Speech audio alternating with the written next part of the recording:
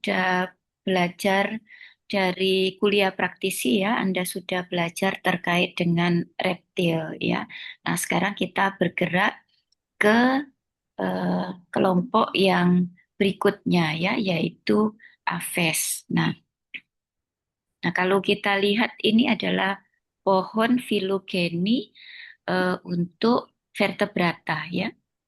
Jadi ini yang sudah Anda pelajari setelah UTS ya, kita belajar berbagai macam jenis ikan, kemudian sudah belajar terkait dengan amfibi, reptil, dan kita hari ini belajar terkait aves. Nah, sebelum masuk ke materi, saya mengingatkan kembali dari sistem klasifikasi ini ya. Nah, kalau kita lihat ini di sistem klasifikasi ini menunjukkan tiga sistem klasifikasi sebenarnya ya. Tiga, bukan sistem ya sebenarnya, sifat ya, sifat klasifikasi. Yaitu ada yang mungkin sebelumnya sudah pernah disinggung oleh Bu Ulfi atau Bu Dwi ya. Ada yang pertama yaitu yang dikatakan kelompok atau pengklasifikasian yang sifatnya monofiletik ya. Mono artinya satu ya, filetik itu keturunan. Kemudian ada juga kelompok yang sifatnya polifiletik ya. Nah, yang ketiga ada yang sifatnya parafiletik. Ya, jadi dari asal atau bentukan kata sudah bisa diprediksi maknanya apa. Ya, polifiletik. Poli kalau dalam bahasa biologi artinya apa? Banyak. Iya, banyak ya. Jadi kalau membaca istilah poli, Anda bisa membayangkan satu ciri, satu karakter itu berarti banyak gitu ya. Nah, ini kita lihat ya. Contoh kelompok yang polifiletik itu apa? Nah, kita lihat di sini golongan-golongan ikan ini ya. Di sini ada ikan yang tidak berahang, ada ikan yang bertulang rawan, ada ikan yang bertulang sejati, ada ikan yang pangkal siripnya berlobus. Nah, kita lihat moyangnya ke bawah ya. Ternyata moyangnya berbeda-beda ya. Kecuali kalau ikan bertulang rawan dan ikan bertulang sejati ini moyangnya sama. Nah, ada tiga moyang yang berbeda ini ya. Tapi kita mengenalnya kemarin dengan nama Pisces, ketiganya, keempatnya ini. Oleh sebab itu, dalam taksonomi, Pisces itu dikatakan sebagai kelompok yang sifatnya polifiletik. Ya. Artinya apa? Kelompok yang anggota-anggotanya itu berasal dari moyang yang berbeda-beda, tapi mereka satu kelompok, gitu. Ya. Kemudian ada lagi kelompok yang namanya monofiletik. Mono itu satu, ya.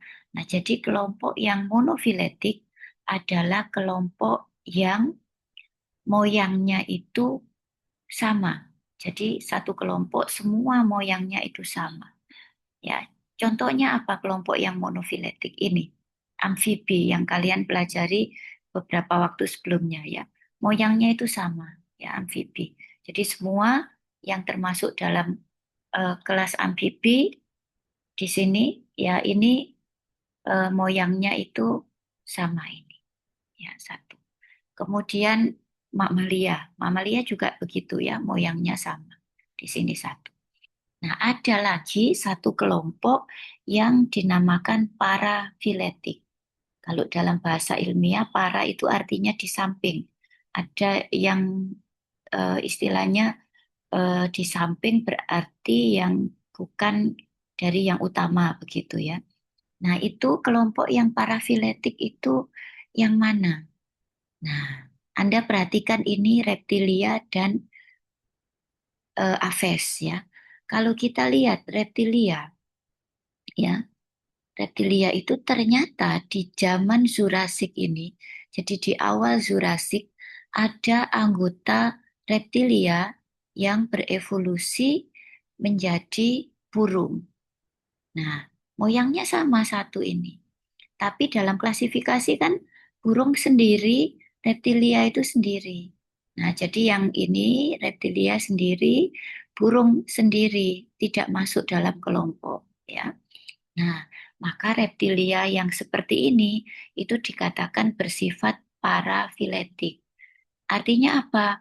Anggota-anggota reptilia yang ada itu berasal dari moyang yang sama. Tetapi ada kelompok atau anggota yang tidak masuk ke dalamnya, gitu ya.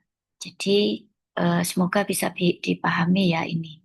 Nah, bagaimana untuk sistem klasifikasi yang baik? Sistem klasifikasi yang baik itu adalah yang monofiletik, yang anggotanya itu semua berasal dari moyang yang sama. Ya, oleh sebab itu, kalau Anda mempelajari di buku-buku taksonomi ya, yang mungkin terbitan baru, maka tidak ada lagi istilah Pisces begitu ya, tapi ada kelompok-kelompok yang lain ini ya, yang sesuai dengan moyangnya ini. Ya, kemarin sudah dijelaskan di mata kuliah di topik sistematika ikan ya. Nah, kemudian reptil bagaimana? Nah, reptil agar monofiletik, maka eh, burung ya, burung atau aves juga masuk dalam reptil. Sehingga ada beberapa ahli yang merekomendasikan bahwa burung itu masuk dalam salah satu superkelas gitu ya yang ada di reptil. Aves itu ya, maksudnya aves itu masuk di reptilia. Tetapi ada juga ahli yang tetap berpendapat bahwa reptilia itu dan burung itu kelompok yang berbeda. Nah, masing-masing punya argumen. Ya, argumennya tadi sudah saya sampaikan ya, kalau ada yang memasukkan aves itu dalam reptilia, itu pertimbangannya agar membentuk satu kelompok yang monofiletik. Seperti itu. Oke, baik. Nah, hari ini kita akan belajar terkait dengan Aves ya. Kita akan melihat hubungan evolusioner, jadi antara reptilia dan Aves ini eh, seperti apa. Tadi kita sudah bahas ya. Kemudian dari situ kita bisa melihat bagaimana sih sebenarnya bukti-buktinya itu. Kita bisa melihat dari ciri-ciri reptil yang terdapat di Aves yang saat ini masih hidup. Kemudian bisa mendeskripsikan adaptasi skeleton ya yang ada di burung ya, adaptasi bulu, adaptasi otot ya untuk mendukung kemampuan terbang ya. Kemudian Anda bisa menjelaskan ciri-ciri umum Aves ya, dan nanti bisa mengidentifikasi berdasarkan ciri morfologi. Ya. Yang kita bahas ini hanya ciri morfologi yang Anda praktikkan di praktikum nanti, tetapi eh, seperti perkembangan dari taksonomi atau sistematika saat ini, nanti ada molekuler juga, karakter molekuler yang kita bisa gunakan yang nanti dipelajari di pertemuan ke-15 di praktikumnya ya.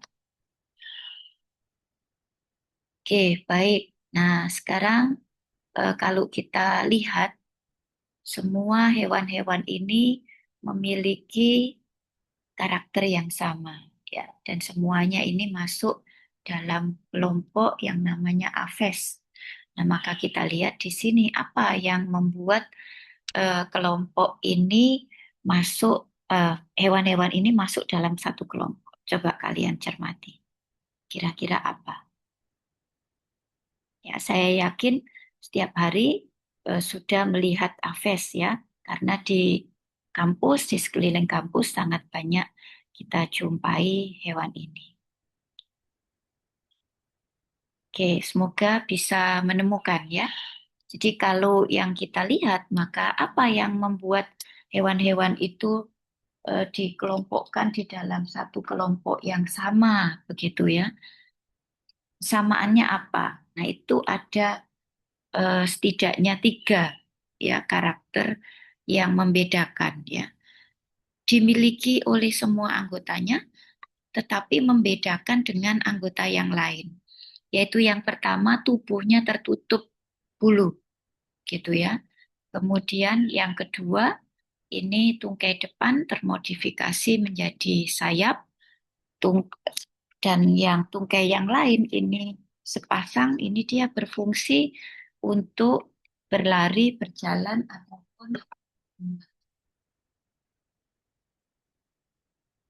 Nah, kalau kita perhatikan burung itu yang hewan reptil ya tadi yang moyangnya itu hewan terestrial, bagaimana burung ini terus bisa menjadi hewan yang aerial, bisa terbang gitu. Nah, kita bisa mempelajari dalam kajian evolusi ya. Jadi kita akhirnya menemukan bahwa tadi moyangnya adalah reptilia yang berevolusi mulai dari awal zaman Jurassik tadi. Nah, kita sekarang bisa meninjau dari mana? Dari struktur rangkanya. Juga kita bisa melihat dari ciri-ciri reptil yang dipertahankan eh, di Aves. Sama-sama bisa kita lihat, kita bandingkan. Gitu ya, reptil yang masih hidup, Aves yang masih hidup. Nah, di sini coba Anda bandingkan antara penutup tubuhnya, ya. Kalau burung tadi penutup tubuhnya adalah bulu, kemudian reptilia minggu lalu Anda sudah belajar penutup tubuhnya adalah sisik begitu. Nah, ternyata kalau kita bandingkan dengan burung yang saat ini masih hidup, coba yang masak ceker ayam ya, yang membersihkan ceker ayam pasti bisa melihat di bagian tarso metatarsus itu ada eh, sisik ya, yang itu kalau mau dimasak harus dikelupas dulu. Kemudian Anda perhatikan juga kadal, juga beberapa jenis reptilia yang lain itu memiliki cakar. Nah, ternyata cakar itu juga masih dipertahankan di burung ya. Jadi di burung itu ada cakarnya gitu. Nah, dulu moyang ketika awal-awal burung-burung yang primitif itu bahkan di ujung-ujung apa sayapnya itu juga masih ada cakar. Nah, ini yang bisa kita amati dari hewan yang masih hidup. Nah, kemudian kita tentu berpikir ya, bagaimana eh, yang terestrial ini menjadi aerial. Dari mana burung itu memperoleh kemampuan untuk terbang, ya. Nah, ini ada dua kemungkinan ya atau yang disebut dua hipotesis ya. Ya, jadi dugaan begitu ya. Yang pertama adalah dengan berlari. Jadi moyang burung itu bipedal. Bipedal, B2 ya, pedal tungkai kaki. Jadi berlari sangat cepat sambil sayapnya ini dikepak-kepakkan untuk apa? Untuk menangkap mangsa. Nah, lama-lama di situ dia punya kemampuan untuk mengangkat tubuh dan untuk terbang. Nah, oleh para ahli ini dinamakan dengan hipotesis kursorial ya atau hipotesis pelari atau juga disebut hipotesis ground up hypothesis ya. Jadi sekali lagi hipotesis kursorial atau hipotesis pelari dinamakan juga hipotesis ground up hypothesis. Ground dari tanah, up naik ya. Itu yang pertama. Kemudian kemungkinan yang kedua adalah dengan memanjat pohon ya. Memanjat pohon. Nah, kemudian memanjatnya ini dengan tungkai belakang dan dibantu dengan tungkai depannya yang bercakar tadi yang ada di ujung-ujung sayap. Nah, kemudian dari situ dia bisa mencapai di atas, dari situ meluncur turun. Meluncur berpindah tempat yang satu ke tempat-tempat yang lain. Gitu. Tujuannya apa? Untuk ber apa bergerak, berpindah lebih cepat. untuk mencari mangsa, untuk menghindari predator, misalnya seperti itu. Nah, akhirnya dari gerakan-gerakan itu diperolehlah kemampuan untuk terbang. Nah, hipotesis yang kedua ini dinamakan hipotesis arboreal. Ya, arboreal itu kan pepohonan ya, berkaitan dengan pohon, ya, hipotesis arboreal. Atau nama lainnya adalah trees down hypothesis. Trees itu pohon, down turun ke bawah. Jadi dari naik pohon meluncur ke bawah tadi. Nah, begitu ya dua hipotesis untuk yang menjelaskan bagaimana kemampuan terbang itu. Nah, mungkin Anda bertanya-tanya, bukan ada itu ya tupai terbang, sugar glider ya. Nah, tetapi sampai sekarang tupai terbang itu ya dia hanya sekedar terbang apa meluncur ya, meluncur gitu saja, bukan terbang secara aktif. Nah, kenapa demikian? Untuk terbang secara aktif seperti burung, ini membutuhkan adaptasi. Ya, adaptasinya baik dari segi morfologi maupun fisiologi. Ya, oke, di adaptasi fisiologi mungkin sudah dijelaskan ya di fisiologi. Nah, kita akan coba melihat beberapa adaptasi morfologinya karena nanti terkait juga dengan klasifikasi. Oke, nah ini ya tiga adaptasinya ini. Ada rangka, otot, fisiologi, dan juga ada bulu ya. Nah, kalau kita perhatikan adaptasi terkait rangka ya. Rangka pada burung itu berbeda dengan rangka pada hewan-hewan terestrial yang lain.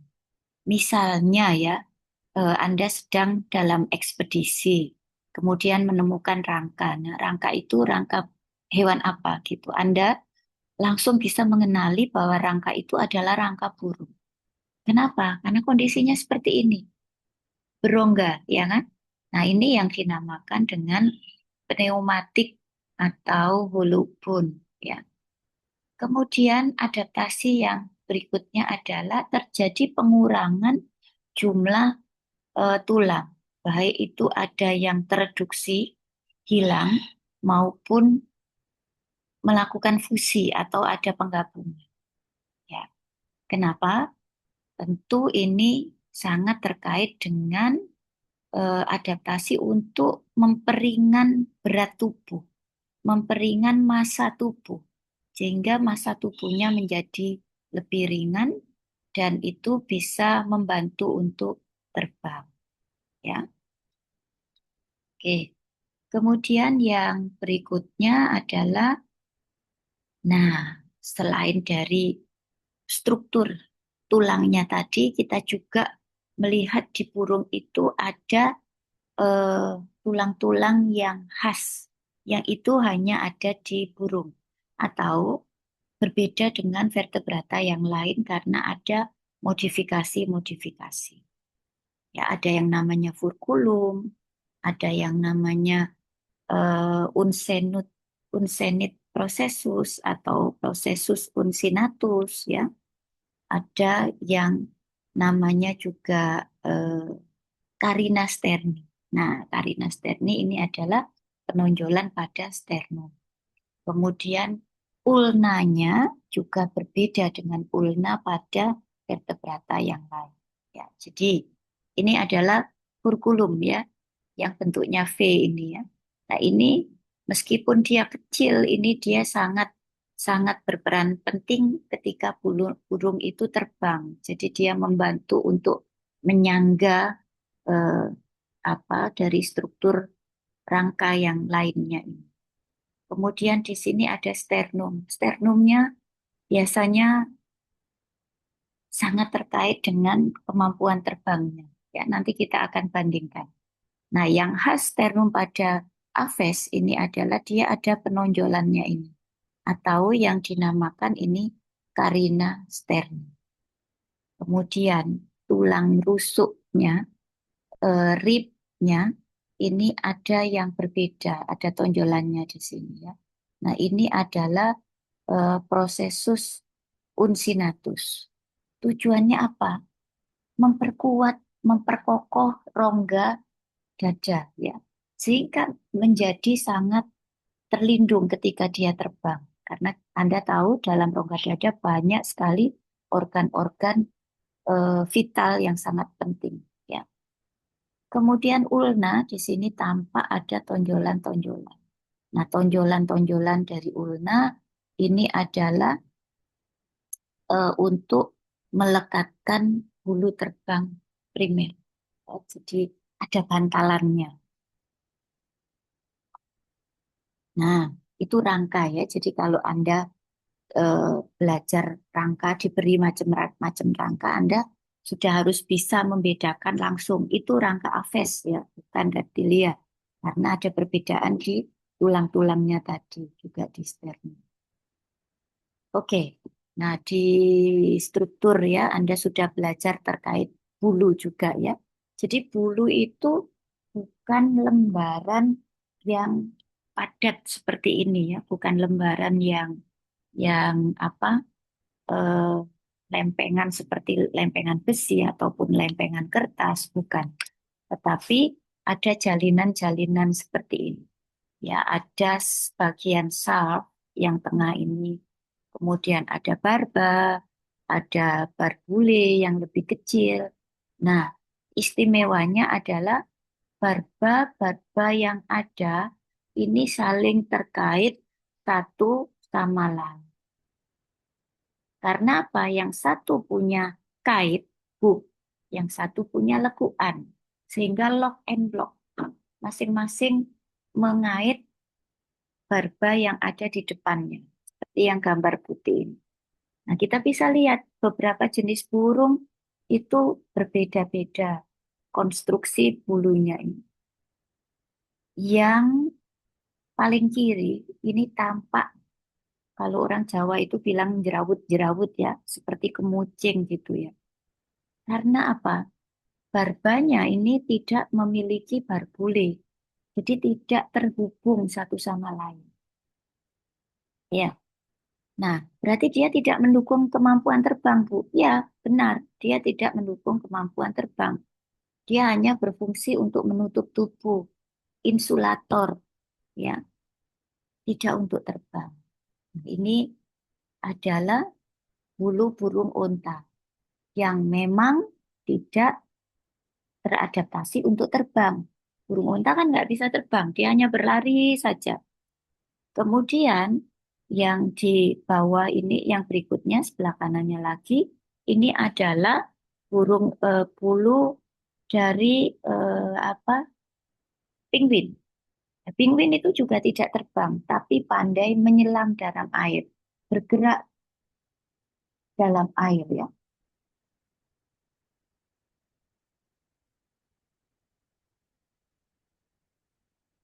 Nah, untuk itu maka bulunya pun teradaptasi menjadi burung yang pipih, bulu-bulu yang pipih seperti ini ya. Apa nempel supaya bisa nempel dengan sangat baik di tubuhnya, tidak nyerimpeti ketika dia bergerak di dalam air. Ya. Kemudian yang berikutnya di sini adalah bulu apa eh, ayam ya. Anda tahu ayam? Ayam bisa terbang, tapi tidak pandai terbang. Nah, bulunya pun seperti itu. Jalinan bulunya ini tidak terlalu rapat. Jadi tidak terlalu mendukung kemampuan untuk terbang. Nah, berbeda yang paling kanan ini adalah bulu dari eh, burung cangak. Burung cangak itu bisa terbang sangat jauh. Ya, maka dia bisa bisa ini apa mendukung kemampuan terbangnya dengan jalinan yang rapat seperti ini. Helaiannya sangat rapi yang bagian atas. Kalau yang bagian bawah ini sudah saya koyak karena mau saya lihat di bawah mikroskop. Kenapa burung yang ini pandai terbang, yang bisa terbang jauh ini bulunya rapi dan sangat rapat ini ya. Ternyata tadi kaitnya itu sangat mengait satu sama lain. Oke, nah di sini ya, ini adalah apa? eh, Gambaran mikroskopis dari bulu yang ada di ayam ini ya. Jadi kaitnya tidak terlalu melengkung seperti ini. Yang di gambar atas ya, yang slide bagian atas ini. Berbeda dengan ini. Ini adalah struktur dari bulunya burung cangak tadi, burung kuntul yang bisa terbang jauh. Kaitnya ternyata sangat melengkung seperti ini. Sehingga satu sama lain barbanya itu bisa bisa dikaitkan gitu. Dan ini sangat rapi, mendukung kemampuan untuk terbang. Nah, itu tadi gambaran dari adaptasi terkait bulu. Nah, sekarang bagaimana dengan adaptasi terkait dengan otot? Nah, kalau kita lihat otot ini dibandingkan ya. Otot yang atas ini tampak padat begitu ya. Burungnya kecil tapi tampak ototnya itu padat kompak gitu ya. Jadi eh, secara proporsi lebih besar dan warnanya lebih merah sebenarnya ya ini. Jadi tampak hitam karena ini warnanya efek kamera. Nah, kemudian apa berikutnya yang bawah ini adalah eh, dari burung yang tidak pandai terbang ya. Di sini ini adalah burung apa kira-kira? Ada yang bisa menduga ini apa? Ototnya warnanya putih seperti ini dan ototnya tidak terlalu padat ya, jadi tidak terlalu banyak. Nah, kalau kita perhatikan di sini ada yang terkait dengan ukuran otot dan ada yang terkait dengan warna otot. Otot yang besar itu mendukung untuk mengepakkan sayap ya, kemampuannya untuk mengepakkan sayap. Sedangkan otot yang eh, ukurannya, warnanya merah itu kaya mitokondria. Kalau dia kaya mitokondria, maka dia bisa membongkar energi, menghasilkan energi terus-menerus ya. Sehingga di situ cocok untuk digunakan gerakan-gerakan yang dalam jangka waktu lama dan terus-menerus ya. Oke, jadi yang sebelah atas ini adalah sebenarnya burung merpati ya. Jadi ini ototnya burung merpati itu seperti ini. Warnanya merah ya. Sedangkan yang bawah ini ayam ya. Ayam otot dadanya itu putih warnanya. Ya karena dia tidak terlalu digunakan untuk terbang sayapnya. Ayam, kalkun ya sama putih. Oke.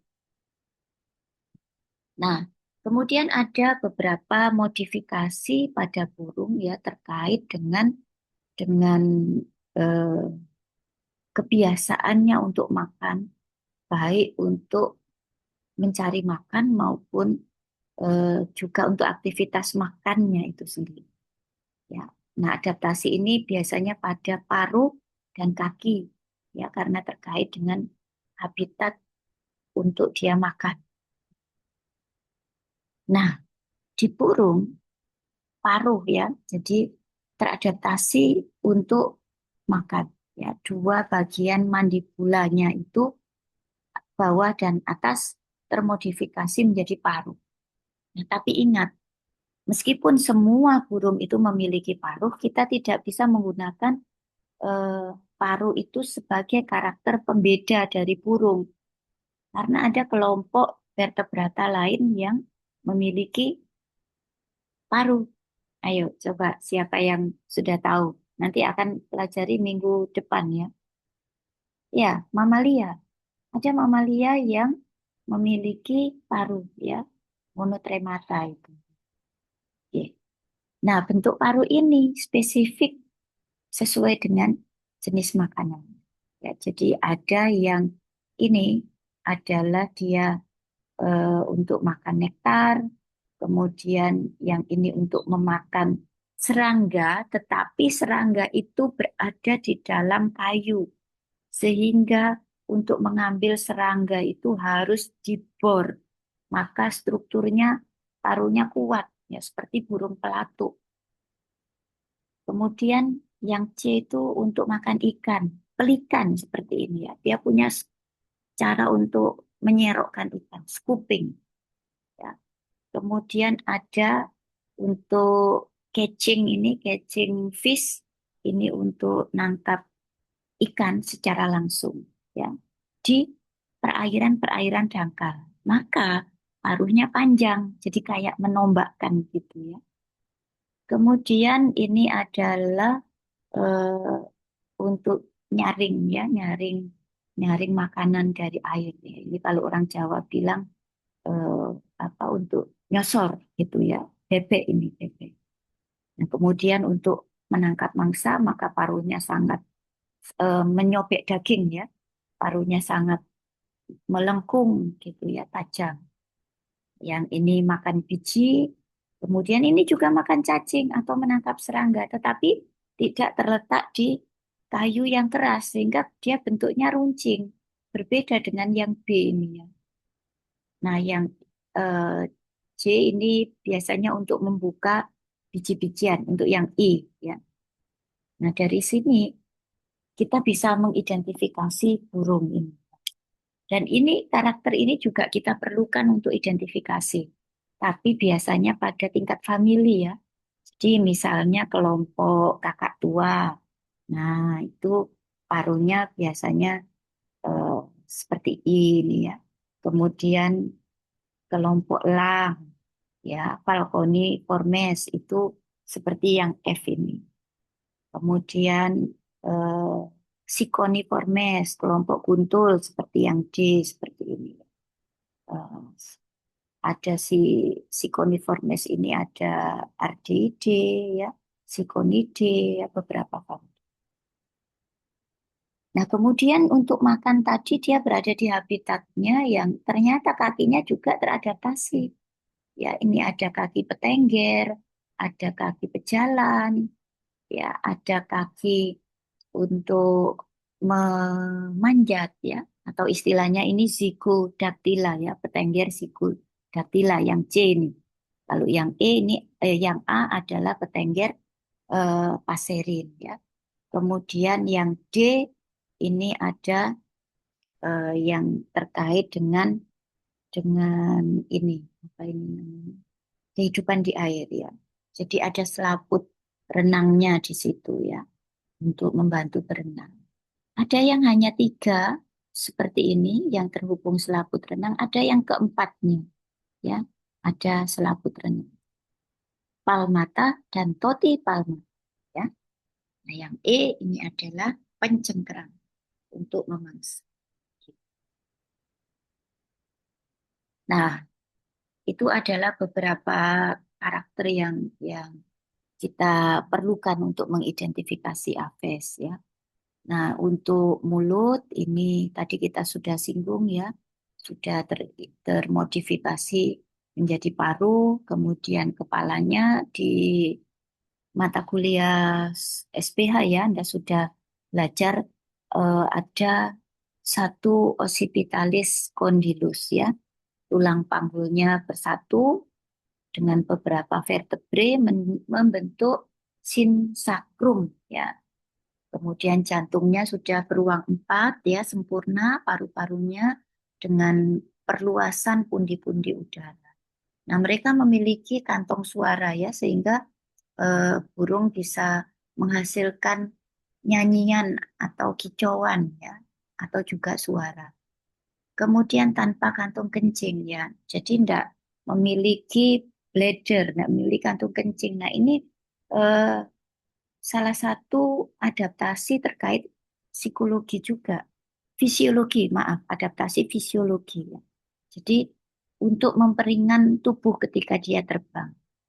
Kemudian mereka bersuhu tetap ya, atau istilah awamnya bersuhu panas gitu ya. Suhunya tetap ya, Homociotelum. Oviparus ya, artinya menghasilkan telur. Nah, anak diasuh induknya sampai mandiri. Nah, jadi kalau Anda mempelajari ornitologi, ini ada yang menarik, yaitu ada perilaku pengasuhan, perilaku kawin, perilaku membuat sarang gitu ya. Karena ada pengasuhan ini. Tapi ada satu kelompok burung ya, Cuculidae itu dinamakan burung parasit begitu ya, karena dia tidak mengasuh anaknya sendiri. Jadi telurnya itu diletakkan di di sarang burung lain untuk diramu. Dan nanti juga akan mendominasi dari burung inangnya, burung yang asli gitu. Oke, baik. Demikian yang saya sampaikan terkait